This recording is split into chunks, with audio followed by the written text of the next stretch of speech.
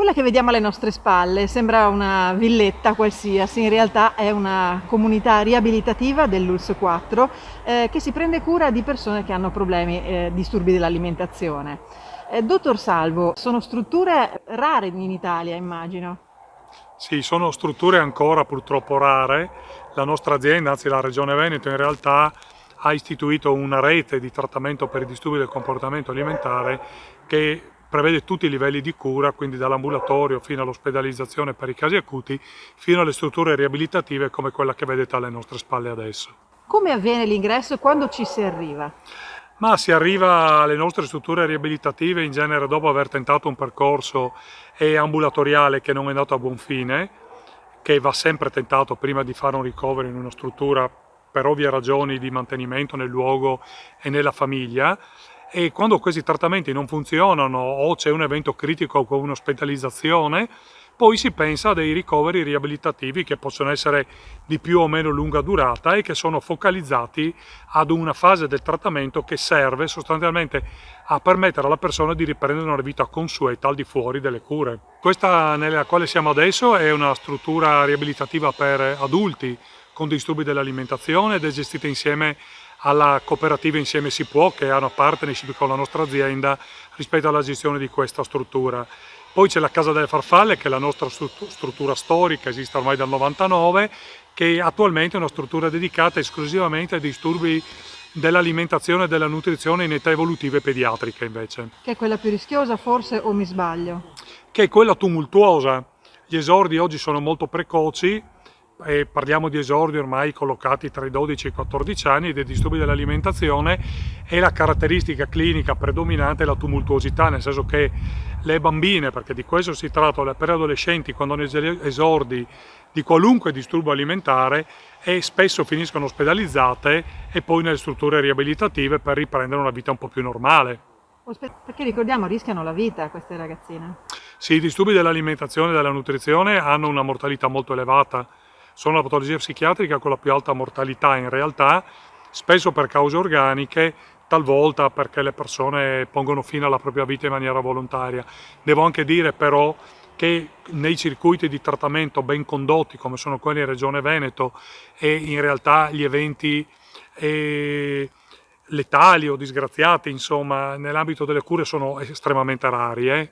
Per cui la qualità del trattamento cambia radicalmente l'evoluzione del disturbo. Questo periodo di pandemia è stato difficile per tutti. Voi avete registrato un aumento di patologie legate ai disturbi dell'alimentazione? Noi abbiamo registrato un calo drammatico degli afflussi lo scorso anno all'inizio della pandemia, quando ci sono state le prime chiusure, per cui le persone si sono praticamente chiuse in casa e non venivano neanche più alle visite, e quelle che non si sono curate ovviamente arrivano in condizioni molto precarie. Noi ricoveriamo ogni anno nelle nostre strutture circa una settantina di utenti contro più di 300 che seguiamo ambulatorialmente ogni anno, tenendo conto che gli utenti che poi entrano nelle nostre strutture vengono inviati da tutte le aziende sanitarie della regione e anche del Friuli, per cui sono utenti selezionati che vengono già qua con l'ipotesi di un trattamento residenziale in struttura. Si può accedere anche da altre regioni d'Italia a questa struttura? Sì, si può accedere anche da altre regioni d'Italia.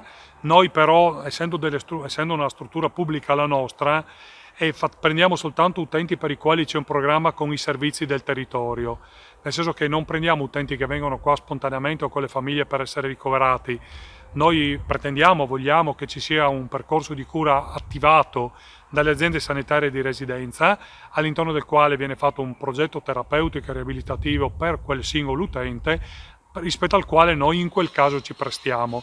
Se ci arrivano utenti che pure necessitano di trattamento in struttura ma che non sono seguiti dalle aziende, prima li mandiamo nelle loro ULSS per la presa in carico ed eventualmente dopo li prendiamo noi per il trattamento. Lei ha seguito questa creatura dalla nascita, ci sono delle storie che le sono rimaste più a cuore, degli esempi che magari è utile far sapere? Sì, noi esistiamo dal 99, siamo una delle prime strutture nate in Italia, e anche perché la rete Veneta è la prima rete per i disturbi alimentari nata in questo paese, e in questi anni abbiamo seguito più di 3.000 persone e ne abbiamo portate in struttura molte centinaia, per cui abbiamo tantissimi aneddoti o storie, e io più che una storia paradigmatica credo che valga la pena di pensare a dei percorsi paradigmatici che sono molto diversi per i bambini, per gli adolescenti e per gli adulti, dove per i bambini e per i preadolescenti il problema grande è ovviamente il prolungato distacco dalla famiglia e la possibilità di mantenere i contatti e le relazioni con la casa,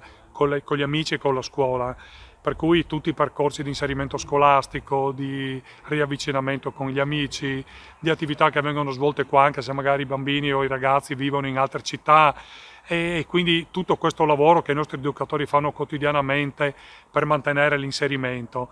E poi le storie sono quelle per esempio degli esami delle medie o di maturità fatti in struttura, che ormai sono una prassi consolidata, ne facciamo la scuola a distanza da tanti anni, ormai da molti anni facciamo anche gli esami ovviamente in struttura, no?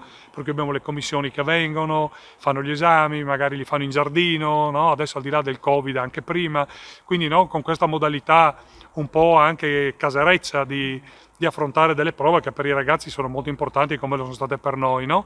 E invece per gli adulti, soprattutto per gli adulti che hanno una certa età, che hanno una malattia magari da 20-25 anni, e sono queste emblematiche storie di lotta contro una malattia che ha preso la vita, che però non ha posto termine alla vita per fortuna, no? E per le quali bisogna fare invece un lavoro vero, talvolta anche proprio di reinserimento sociale, lavorativo e anche di presa in carico di quelle che sono le complicanze fisiche che spesso sono presenti e molto intense in questa struttura che diventa una struttura in alcuni momenti molto anche sanitarizzata. Noi facciamo un lavoro a tutto tondo rispetto alle problematiche psichiatriche, psicologiche, ma anche alle complicanze organiche. Allora, al di là dell'aspetto sanitario, medico, dei percorsi, che cosa proponete ai ragazzi ma anche agli adulti per poter uscire dal loro tunnel? Beh, noi facciamo una serie di attività molto articolate da un punto di vista riabilitativo, ma anche risocializzante. Faccio un esempio perché è il più eclatante, ma non è esaustivo. Ormai da 2 anni facciamo anche delle settimane al mare con le ragazze proprio in permanenza, per cui le aiutiamo ad esporsi, a stare in luoghi pubblici, a mangiare dentro dei ristoranti insieme a noi e tutto quanto. Poi noi facciamo delle attività che vanno dalla pet therapy alle attività in piscina, alle uscite e poi facciamo tutta una serie di attività riabilitative strutturate, invece correlate ai disturbi dell'alimentazione, che sono lavori sull'immagine corporea piuttosto che sull'esposizione, il riallenamento a mangiare in locali pubblici, a riprendere un'alimentazione più consueta e normale insieme alle nostre dietiste e ai nostri operatori, il fare la spesa e anche prepararsi i cibi all'interno della struttura, talvolta anche insieme alle famiglie, in maniera da fare un training anche familiari, perché noi usiamo una tecnica che non è l'alimentazione meccanica, ma che è un'alimentazione progressiva e nella quale si lavora sostanzialmente sui volumi dei cibi utilizzando non grammature, non pesi, non calorie,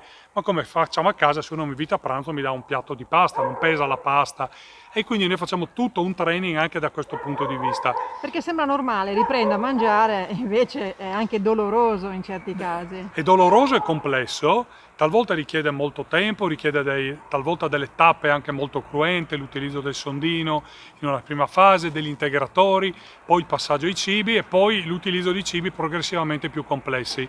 Ma noi essendo una struttura pubblica abbiamo anche il tempo di poter fare questa cosa, non abbiamo un limite di durata dei trattamenti e quindi possiamo fare davvero una riabilitazione progressiva, lenta, concordata con gli utenti, correlata alle loro reali capacità in un determinato momento del disturbo. Si parla di disturbi che coinvolgono le donne in particolare, ma non solo, immagino. No, però i dati della Regione Veneto confermano quelli della letteratura dove circa il 90% dell'utenza è di tipo femminile.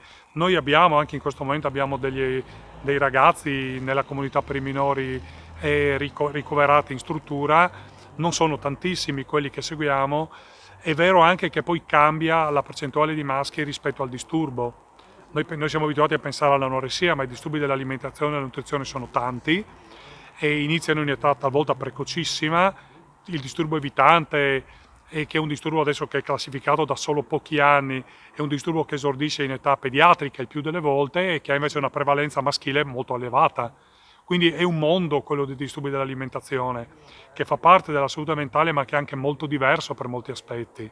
Abbastanza considerato o ancora no? Cioè questa struttura dimostrerebbe il contrario, ma non è così ovunque. Ma in Veneto è molto considerato e c'è una normativa che si è stratificata negli anni e ogni provincia ha almeno ogni usa ha almeno un ambulatorio e ci sono 5 centri di riferimento, più le case di cura che danno un supporto per attività riabilitative simili alla nostra nel privato convenzionato e per cui le famiglie comunque non sostengono costi particolari rispetto a questo. Sì, è abbastanza considerato, bisogna ancora fare molto e bisogna pensare che in alcune regioni non è ancora strutturato come lo è in Veneto, ecco. Questo va tenuto in considerazione. E noi abbiamo da sempre una strettissima collaborazione con molte associazioni che esistono in Veneto ma anche in Italia e qua nel nostro territorio c'è l'associazione Fenice Onlus, ma in Veneto ci sono 6 o 7 associazioni per disturbi alimentari che si coordinano tra di loro e che attivano un grande supporto ai nostri servizi.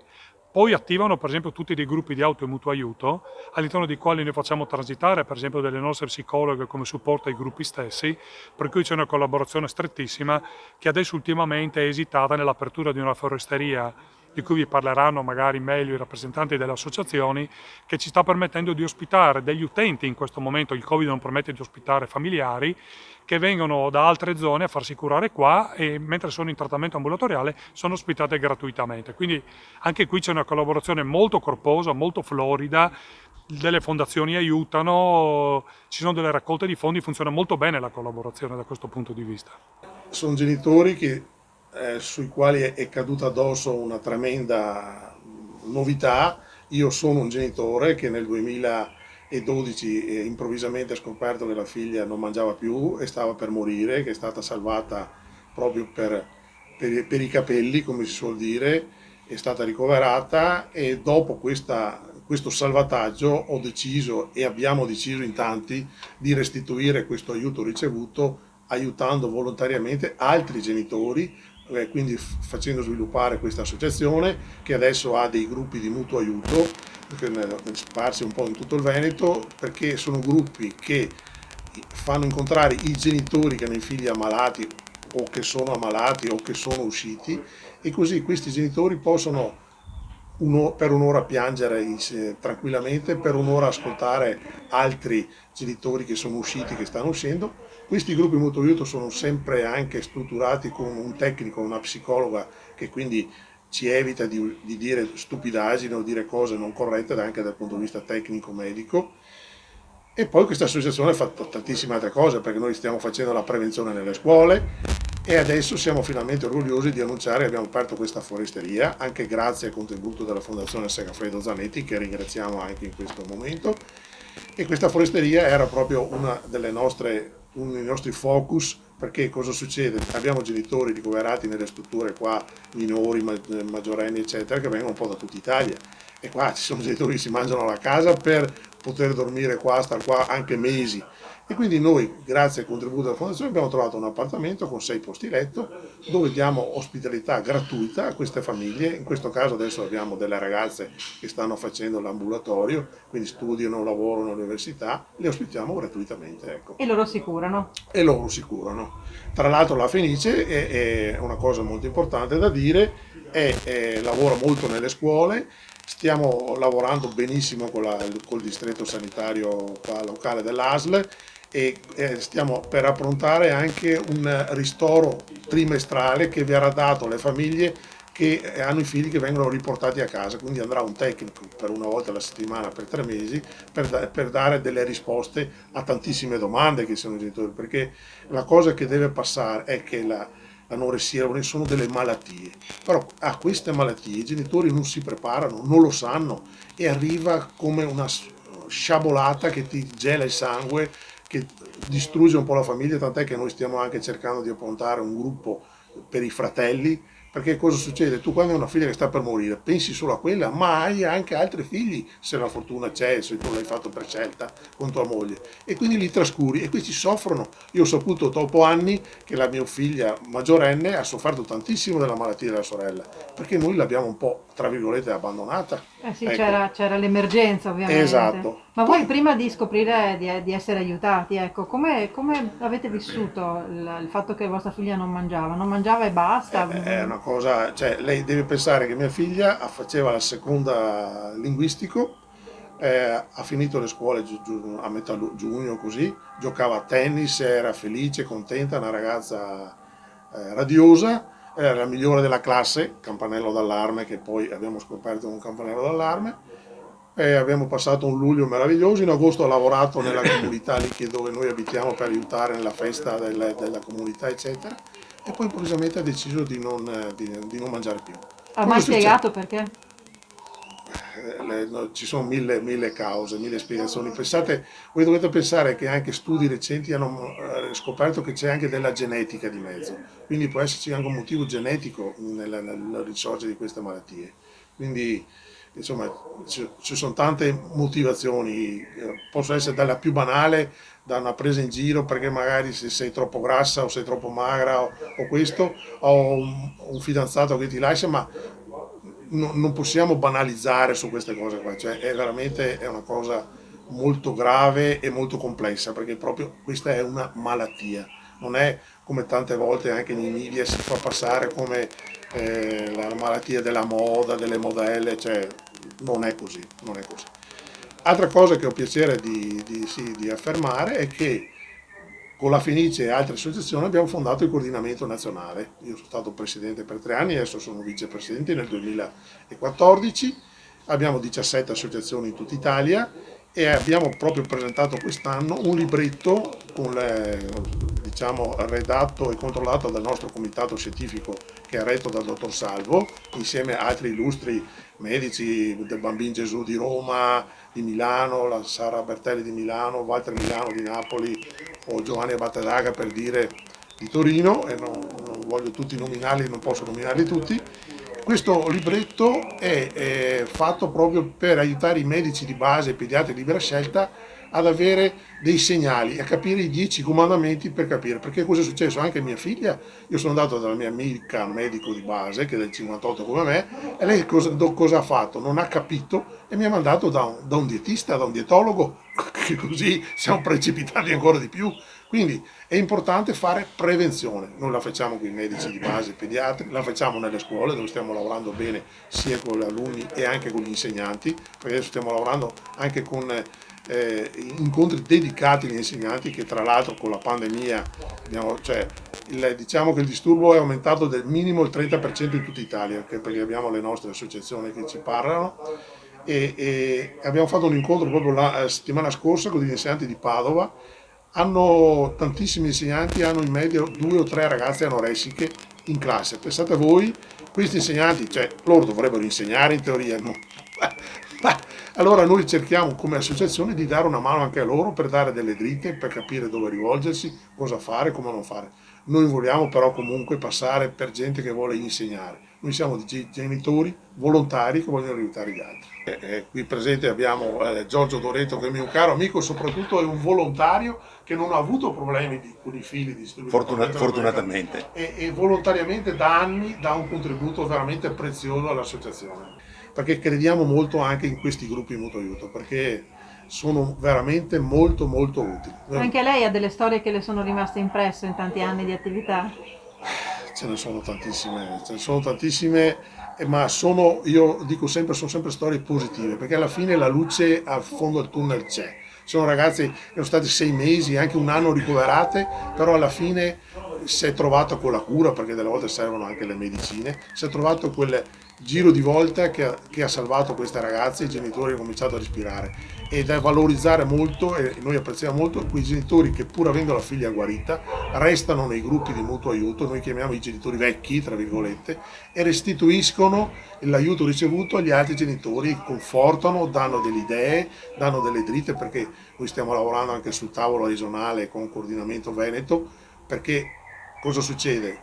Il nostro scopo è avere ogni ASL con un'equipe multiprofessionale che dia le cure, perché se no cosa succede? Questi genitori tante volte vanno alle cliniche private, vanno dai privati a 150 euro all'ora e si mangiano dei capitali senza avere dei risultati, perché il risultato vero lo dà l'equipe multidisciplinare, dove c'è il psichiatra, il psicologo, il nutrizionista, eccetera, perché questa è una malattia, sono malattie, perché non c'è solo anorsia, ma bulimia, eccetera, sono malattie complesse e devono essere curate da una complessità di risorse e di tecnici che devono essere uniti con uno scopo: guarire la malattia. Come sta sua figlia?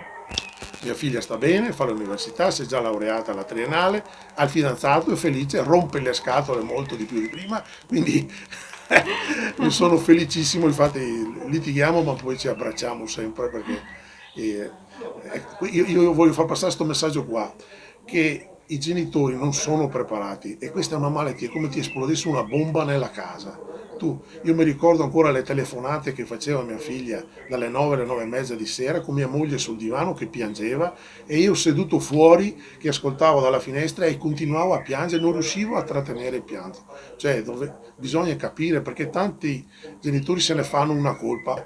I genitori non sono la colpa, sono solo delle vittime anche loro e bisogna aiutarli in tutti i modi. Noi come Fenice cerchiamo di fare questo.